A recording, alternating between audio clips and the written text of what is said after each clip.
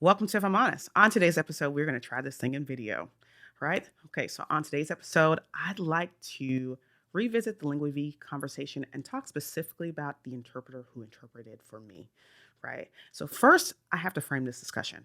What I think is important is that you understand that every conversation I have on this platform is to you about you. This is not a space that I'm creating to bully or to antagonize or to talk about other interpreters. Instead, I want us to talk about ourselves, right? Like, I think we contribute to the system and we have to dismantle all the problematic behaviors in ourselves. So, I want to frame this conversation properly.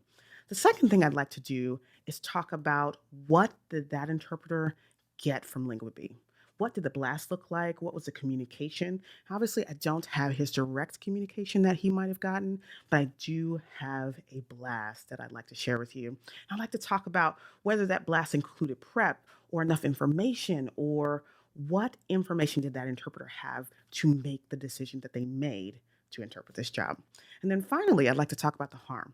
And I don't want to talk about the harm just for harm's sake, right? Like, I want to talk about the harm so that we can learn from the impact of the decisions that we make. And also, let's talk about better decisions. What other options are available so that we can cause less harm to deaf people, to Black and Brown people, to hearing people, to everyone we provide interpretation services for. So come on in the room. Let's talk about it. All right, so let's frame this conversation. So, first thing I have to say is, again, I've said it once today, I'll say it again, is that this is a conversation. This is a platform that has conversations with the individual. I want to have a conversation with you about you, right? So today we're talking about the interpreter who voiced for me during the Linguabee episode, but like, that's an example that I'm providing. This is something that you can see that is concrete, but I'm hoping that you look at this interpreter and the decisions that they made and you think back to a time that you made similar decisions. I'm hoping that you occupy a space of empathy and compassion for not only this interpreter, but for yourself, right? And then as you are sitting in this probably stupid, uncomfortable space, that you stretch and you grow by learning from those decisions, right? And I think what a lot of people did is they sought to find a space where they says, I'm a good hearing person. I'm a good anti-racist, right? And they started apologizing. Keisha, I'm so sorry this happened to you. Keisha, I'm so sorry for this thing, right? And nope, that's not the space for this.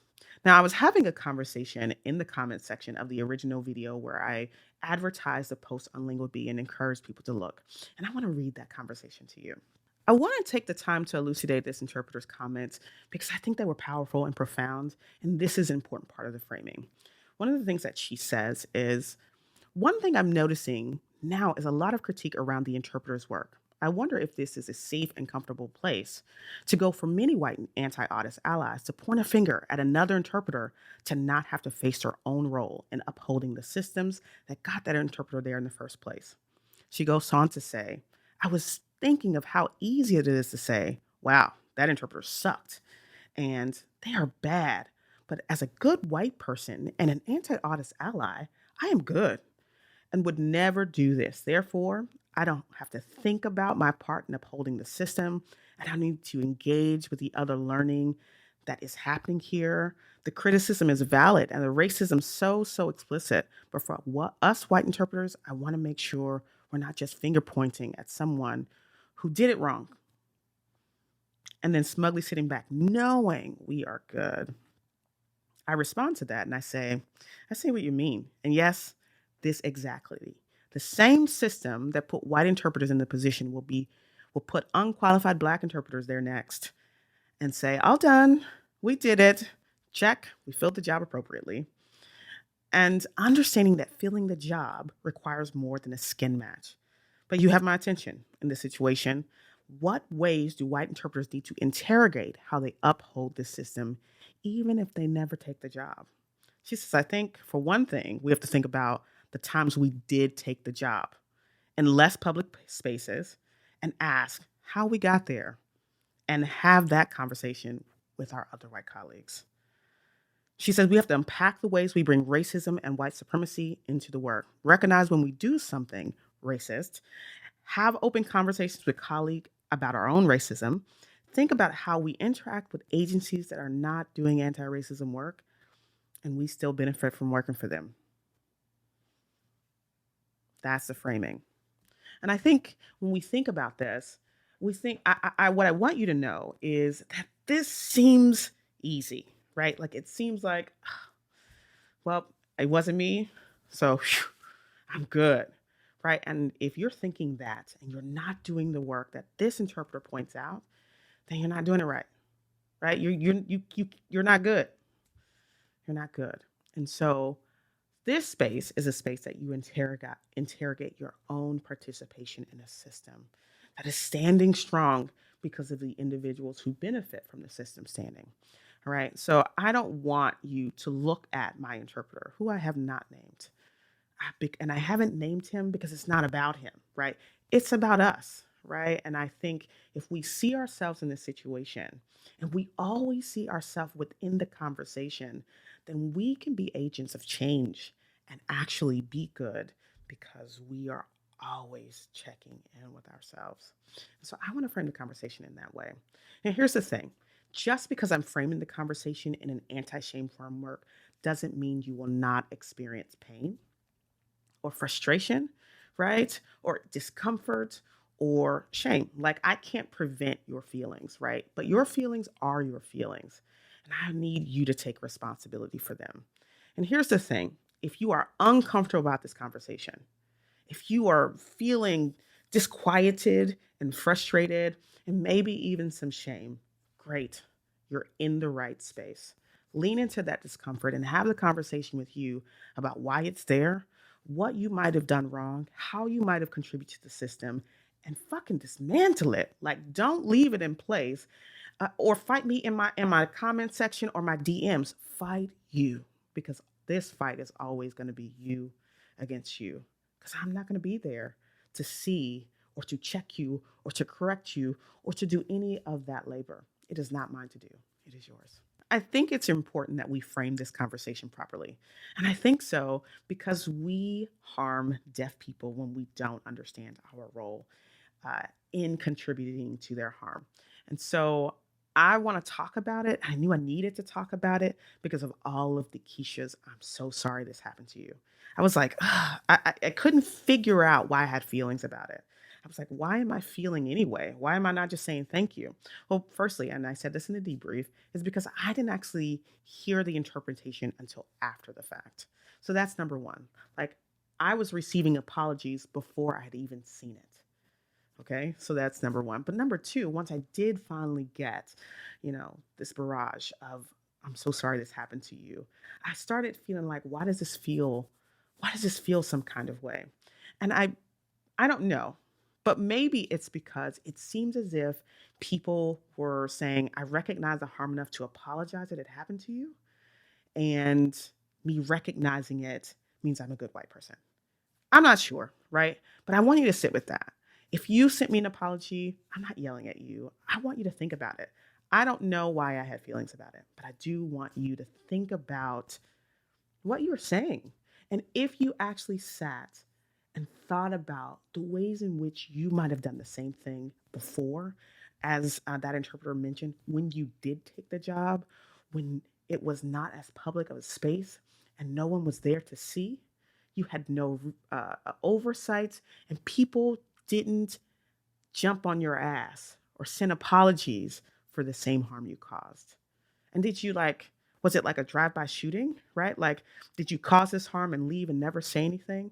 That kind of harm has happened. We've seen it happen, right? Like, we've seen it happen. And so I just want you to think about that, um, and sit with the discomfort of understanding your role and your responsibility. And that's this work. This is the work that we're doing, as uncomfortable as it might be. This is the work. Join me. All right. So now, having framed this conversation appropriately, I'd like to move on to humanizing the interpreter. So I've said this before in the preview to the preview, but I reached out to my interpreter. I wanted to know how he decided that he was qualified for this job, right? So what was the blast that Linguabee sent out? What information did they include? Did they include the speaker? Did they include prep materials? What information was included that this interpreter saw and said, yes, I'm qualified. I'm happy to do this job, right? And this is not a dig at the interpreter. This is the decision that every interpreter makes on a daily basis. We receive a blast from an agency or a firm, and we determine whether or not we are a good fit by having a conversation or saying from previous experience, we are qualified for this job. It's not a dig. Chill. Right. So, what did he see from Linguabee? And I think Linguabee is really responsible for the blast, but also Linguabee is responsible for the list of interpreters they sent this job to. Right. And so I want to talk about that first. Unfortunately, I don't have his voice to humanize himself to show us what his thought process was or how he went about preparing for this job. But I do have a blast that was sent to me earlier today, and I'd like to talk about it. Well, so I'm not quite sure how to post it just yet, but I will make sure that I post the Buzz Corner blast from Linguabee so that you can see it for yourself. But for now, I'll just read it. So the job says it was sent Monday, August 14th, 2023 at 11:07 a.m. The subject is Tuesday, 8:15, 4:30, 6:30 p.m. PDT, VRI, other. Linguabee's logos at the top. It says, we need to find a female interpreter who can do a heavy voicing job for a guest during Buzz Corner tomorrow night, August 15th, 7:30 p.m. to 9:30 p.m. Eastern Standard Time. Please come to the rescue. Underneath that, it says available remote request. Checking on your availability for Buzz Corner requested by Linguabee, coordinator. Linguabee is in parentheses. And then underneath it, it says VRI, Tuesday, August 15th, 2023, from 4:30 to 6:30 p.m. Pacific Standard Time. Is there a team? Yes. And then below that is another section. It says Buzz Corner. In all caps, great skill in voicing job. Please, voicing for the deaf panelist. What is interesting about this, and what we know already, is there's not nearly enough information, especially for an advertisement that went out a month prior, right? All right, so we have to unpack this blast because there's no information there, right? Like we'll get into it. We have to get into it. But before that, I think there are some important details that we've got to also unpack and address in terms of Linguabee's responsibility, right? So the first thing is, when did they advertise that I'd be a host on the show? They sent that advertisement out on August 1st. And when they confirmed that I would be a guest on the show, they did that on July 5th, right? So you do the math, right? You do the math from July 5th to August 14th. That was the gap between making the request for interpreters, right? And in that time, they never asked me one time if I had a preference, right? And they also did not have an industry standard to consider things like race or even an interpreter who has these conversations on a regular basis. Now, I'm making an assumption here. I'm not sure that my interpreter has those conversations, if that language is in his repertoire, if he is engaged in these kinds of thought, if he's in consuming that kind of content. I have no idea. But what I can say is it isn't in his product. That's just the reality.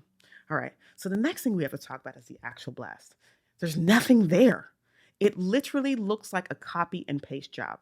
You don't have the title of the episode, which is Unmasking Racism Within Professional Standards. It's not there, right? You don't have the name of the guest host.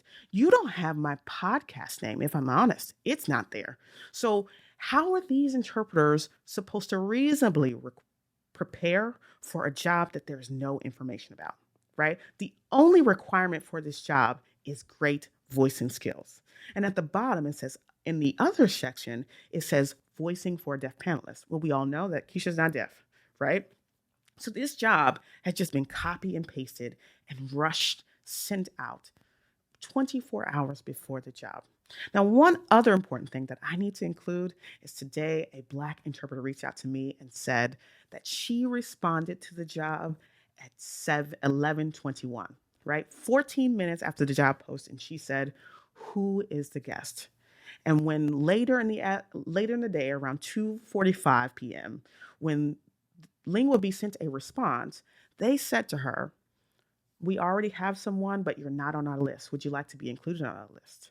Right? And so we had this Black interpreter that could have done the job who says she has voiced for Linguabee before that was excluded because she's not on a list. Now, excluded might be a harsh word, but she wasn't able to do this job My interpreter was chosen instead, right? That's a systemic issue. And part of the reason that we have to talk about the systemic issue is something that we talked about in the debrief, where interpreters should start to say, I'm not qualified for that job, right? Why didn't they stick with the need for a female interpreter, right? Why didn't they stick with that? How did we end up with the interpreter that we got? Is it because the list of Linguabee Buzz Corner interpreters, that pool is small, and the only person on the approved list allowed was allowed to work that job? Is it because how did this Black female interpreter get kicked off the list? There's so many unanswered questions, and that is Linguabee's responsibility. So I also want to challenge you to think about your responsibility in this, right? My interpreter is partially in this conversation because he saw nothing and said, pick me. All right, so we have unpacked the blast, but now we have to talk about what the interpreter's responsibility is for preparing for this job. So, the first thing I will say is the Black interpreter shared with me today that you don't get prep, right? You just don't get prep for this job. It's kind of like sink or swim, right? But what we do have on the advertisement, where it says that Keisha's going to be the buzz and host, is one, an ID description where it says I have multicolored locks, but two, it also says my name. And so it's possible to, one, Google me, right? And some people have some feelings about that, but we're talking about prep here. So Google. And two, it's also a way of saying to the agency, hey, who's the host? What prep can I get from you? I don't see there's any prep here, right? But is there some kind of way to prepare for? Now, this is important because when Linguabee approached me, they asked me to talk about the interpreter archetype, right? It's a specific episode. And when I talked to Bucky and Andrea in the pre-conference meeting, I sent them the transcript so that they could read it, right? So the idea that there was no prep available, that is not true. It's not true. Whether they gave this prep to any of the interpreters is a systemic issue that we cannot accept. Why? Because not having appropriate prep disadvantages the job and the work that we can do, and we cause harm as a result of not having it, right?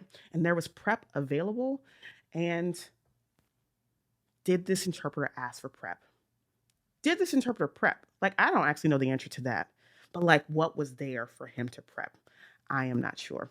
So that is something that I want us to think about. I also want to address the fact that on this job, it says team, yes. Okay. So the people that I've talked to about interpreting Buzz Corner, all of them say the same thing. It's a solo job. There are 3 interpreters, and each interpreter is assigned to a deaf person or a host, and they voice for them all the way. Linguabee makes no accommodations to allow them to have a shared channel so they can feed one another, so that they can support each other. They are just solo in a room, a virtual room full of interpreters. My goodness, that sounds tragic, right? Like, there's a way to do that. Now, do I think that those interpreters get a pass because Linguabee doesn't make those accommodations for them? Absolutely not. We have a responsibility to make sure that we co-create the message. And so my philosophy of teaming is that we are co-creators. I'm responsible for your interpretation. You are responsible for mine. And so the fact that they didn't come up with their own system of making sure that they could support each other is both a systemic issue and an interpreter issue, right? And so I want to talk about that because, y'all, we have to do better, right? Like, what is my responsibility? All right. So I also want to pack the fact that if Keisha saw the job come through with nothing on it, as is, I would not have taken that job. But I also would not have taken the job if it had everything on it. If it had unmasking racism in professional standards, if it had the host is Keisha Osborne, the host of If I'm Honest podcast, if it had every single detail, if I was a subscriber to the podcast, I'm not sure I could have done me justice, right? And I also want to talk about the fact that there are layers to my identity that make me difficult, right? And one that I don't think he knew is I'm a PhD candidate.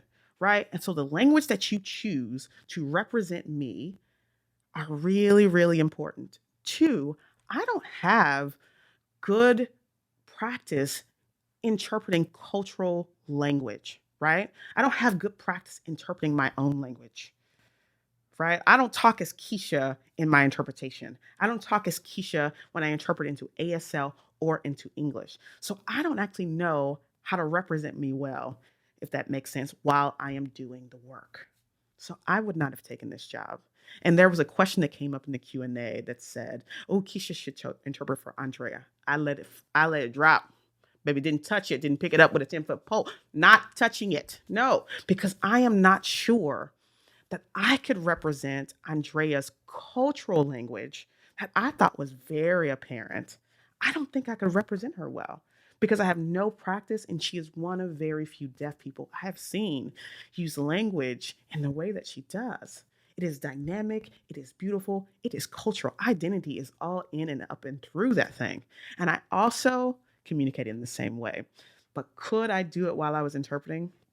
Not today, maybe tomorrow, but not today. And so I want to talk about that, just like I would not have talked to me if I was the interpreter to do the job. I would not, as a regular interpreter, I would not talk to me about the job that I did. I also would not have done that job, right? Because I have the self awareness and I also care about the harm I might cause. Now I'd like to ask you the question: are you engaging yourself in a way and self analyzing and self aware enough to know whether you are qualified and a good fit for the job? Are you asking the questions to make sure that even if you are given nothing, that you are qualified and a good fit for the job? And then if you don't have anything and you do find out that you are a good fit, how are you preparing for the job? Right? Do you reach out to the speaker? Do you send emails? What do you do? Do you find out that this host has a podcast? Do you listen to the episode? What do you do to prepare for the job? And answering these questions, because there was a series of decisions that were made to get to the final product. I'd say there were lots and lots and lots of decisions that were made that we can unpack today, but I don't want us to act like, yes, job, and that's it, right? And so I want to talk about that. And I want to make sure that you are engaging these agencies, these firms, whoever, about whether or not you are qualified to do a job. Now, I personally only work for one firm, just right now. That's what it looks like right now. And I'm often like, "You think I'm qualified for this?" I just asked this the other day. "Do you think I'm qualified for this?" And he says to me, "I think you're qualified for a lot of things.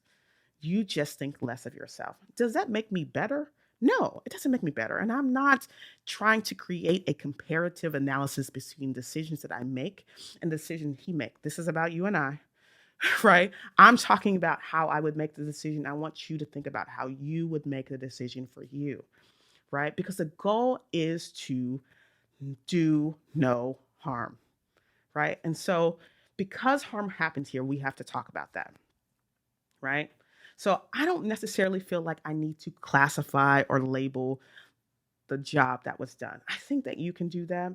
I'm hoping that you all saw the episode by now with Linguabee. And if you have yet to do so, please go over there and watch and make sure that you listen to the interpretation and then you can label it yourself, right? Like, I don't need to do that. And let's think about how he got there, right? Like, part of the reason that he got there is because he had nothing on this blast and he likely had no preparation, right? That's just the reality of things, right? But then we get inside the job and not having that, right? I'm not sure in terms of his identity and the conversation that he's having. And I said this already today, but I'm not sure if he's engaged in this conversation at all. But he shows up and he realizes, I'm voicing for a Black woman. Phew. Yep, let's keep going. Now, one of the things that we mentioned in the debrief is that it would have been really powerful for the interpreter to say, "Whoop, hold on, this isn't working, right? I don't have a team. We're not teaming together. And we are causing a lot of harm by not being able to support one another, right? This doesn't work for me." Or for my interpreter to say, "I am not qualified for this job." Now, I bring this up because this is not something that we are taught. In ITPs, we are often taught that bad interpretation, or it's implied, right? That a bad interpreter or a bad access is better than no access. And so we carry this responsibility that if we leave the job, that we are bad. That there is there is shame there that we occupy. I am bad. I'm a bad interpreter, right? We don't think that if I don't do well at providing the access that is required at the standard and level that is required, that I'm bad. But if I just say, we can't do this today, then I'm bad. And I think that is something that we have to address as a community, right? Because I feel beholden to this message and I want us to think about it. And I want us to be in the practice of saying, do no harm at all costs. That if I am not qualified for the job and I'm causing harm because I am misinterpreting the message and misrepresenting the person speaking, I remove myself from that space, right? Now, I'm saying that, but I have a lot of times early in my career where I did not do that, and I cried in my car, crocodile tears, because of the harm that I caused. I was aware of it. I knew it was like that drive by I mentioned at the beginning. I went in, it was a one on one. I knew I was botching that interpretation, and I never said anything to the deaf person. I went, sat in my car, and cried about it. I carry the shame because I knew that if I said, I'm not qualified to be here, then it derails their access and it derails everything. And that makes me bad. So I'm speaking from experience, right? What this interpreter did that day, I have absolutely done, right? Like I've done it. I've been there. I've been in a place that I should not have been, that I wasn't qualified to be. I have caused that harm. Now, here's where we have to keep talking, right? Because we can't just say, well, I've done it before, let me do it again. We have to figure out how not to do it again. And maybe some of you are great interpreters and can walk in a room and not cause that kind of harm. Good for you. I love that. But for the people who have done it, come here, let me talk to you. You're not bad. Let's find a way to make different decisions. Now, from there, we have to think about the harm that was caused. Now, sure, no one died, right? There was no house on fire, didn't burn down with the entire family inside. No one died. But could I use this for a job talk? What if I was deaf? Close your eyes. Imagine that I was deaf and I was speaking to an audience of my peers. Think about it. This shit happens to deaf people all the time. What if someone from the audience was hearing and didn't know ASL? Would they have had access to my message? What if someone was deaf and needed the use of the voice interpreters or the caption? Would they have access to my ASL? So we can pretend as if no harm happened, but harm happened, right? And I think if we think about other situations that this same thing happens in, we can fully see the harm. It would be a missed opportunity to think that just because it's Buzz Corner and the audience here are interpreters or deaf people, that no harm, no foul. Absolutely not. And I'm not willing to allow you or myself to not engage in this thought without evaluating, when do I cause this harm and how do I cut it the fuck out, right? And so that's what I'm challenging you to do, is to think about that, right? And again, I'm just using this interpreter as an example to talk about myself, but also for you to talk about yourself, right? This thing is human. These decisions are human and relatable, right? But harm happened. Harm happened. And so, how do we think about what harm was caused and how do we make better decisions so that we can be better for deaf communities, but also for marginalized communities? And there's a spoiler alert here. We also serve hearing people as well. And can you imagine if they need access to a message that you're supposed to be voice interpreting that they can't access because the interpreter is not doing their job well, or you are not doing your job well, right? That messes up their ability to engage in a conversation effectively. Harm happened here, right? And so I want us to think about this is really uncomfortable. I don't like it. I feel triggered. I feel like she's bullying this interpreter. I feel like, she is being mean. Let's just remove him for a minute. I want to talk to you about you. Have you done this? And how can you not do it again? Right? And guess what? I'm asking myself too. So together, we can look at this Linguabee situation and we can think about this interpreter and their product and the harm they would cause. Right. And I think another way to think about this is to talk about the cultural nuance of the job. One of the decisions that was made when the interpreter was voicing for um, me is he said I had curly hair. Now I have locked hair, right? I have locks, right? They're multicolored. It was in the ID description for me on the Linguabee post and advertisement for me as a buzzing host, right? And so I want to point that out that one, the interpreters had a hard time describing my hair. One interpreter said dreadlocks, right? Which is no longer used in the Black community. We say locks now. And so, and then there's also these other cultural nuances. And I think this goes back to the conversation we were talking about interpreting the N word. So you're telling me that you can't effectively capture my hairstyle, but you want to say nigga. You see how that math don't math, right? There are so many layers to understanding identity and language and culture and how all of them come together to create a message. If you can't capture all three layers, why you want to capture language that is not accessible to you anyway, right? So I want us to keep thinking about that.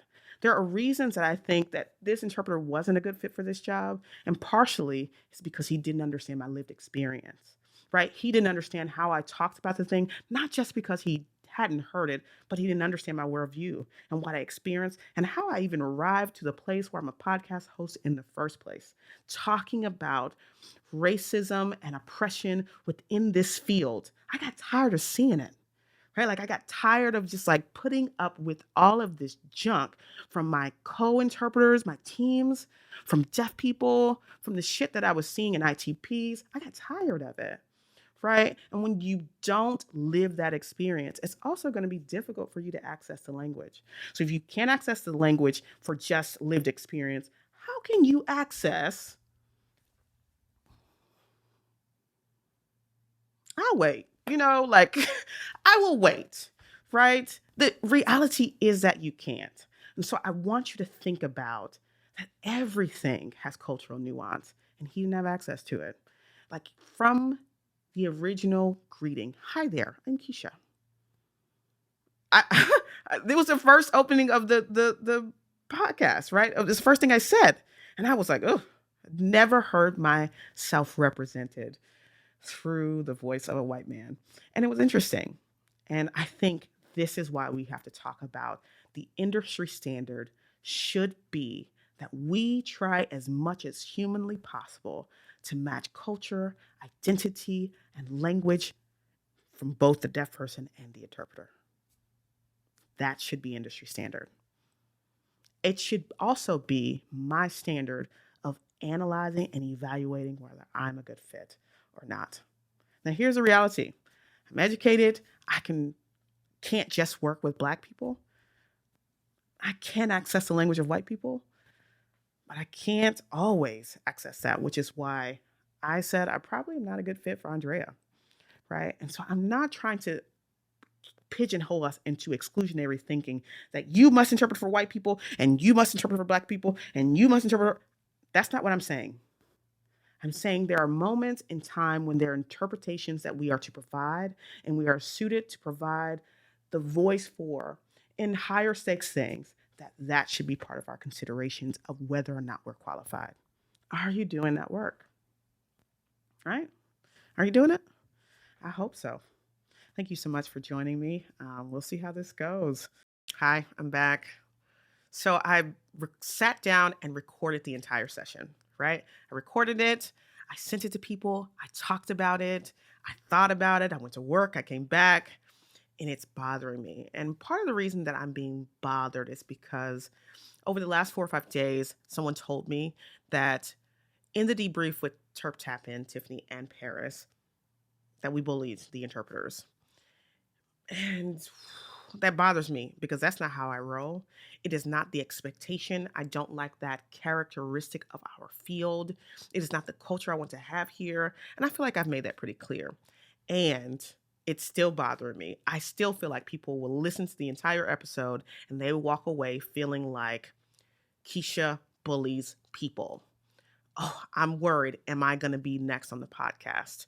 And here's the thing about it, if you have those thoughts and you're not able to have a normal critique about the work that we do and how we participate in oppressive systems, because that's what we're talking about here. What we're talking about is when we do not provide the appropriate and the adequate access to the people that we serve, we are oppressing them. Period. Point blank. There's no negotiation about that. And so, what I'm asking us to do is hold ourselves accountable, to challenge ourselves, to feel the feelings of when we do fuck up, and then to also navigate this space in a way that we don't make those same mistakes again. But we also have to do one of the most important things that I talk about in this work, and that's recovery.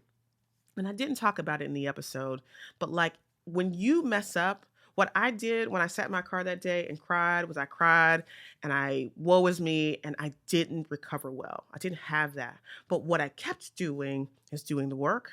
I kept trying to improve my skills. I kept talking about it. I still today will work a conference with someone who has better skills than me. I will sit at their feet and ask a million questions. And you can ask anyone who's worked with me if I do that. It's what I do, right? I'm always working to get better so that I, a Black woman who has intersectional marginal identities, do not participate in the system that oppresses me to anyone else. And I'm like, I can hear now the people who are like, oh, there's still bullying. I can hear it. I can hear it. Chill.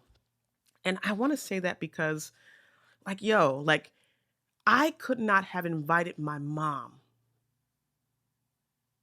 to this presentation. She would have not had access to my message, the whole of it. My mom would not have had access to my message. And I would not have wanted my mom to experience that kind of oppression, and I don't want anyone to experience it. So if you are feeling some type of way about the way that I am challenging the work, I'll say it again, good. Sit with that thing and figure out how to recover well.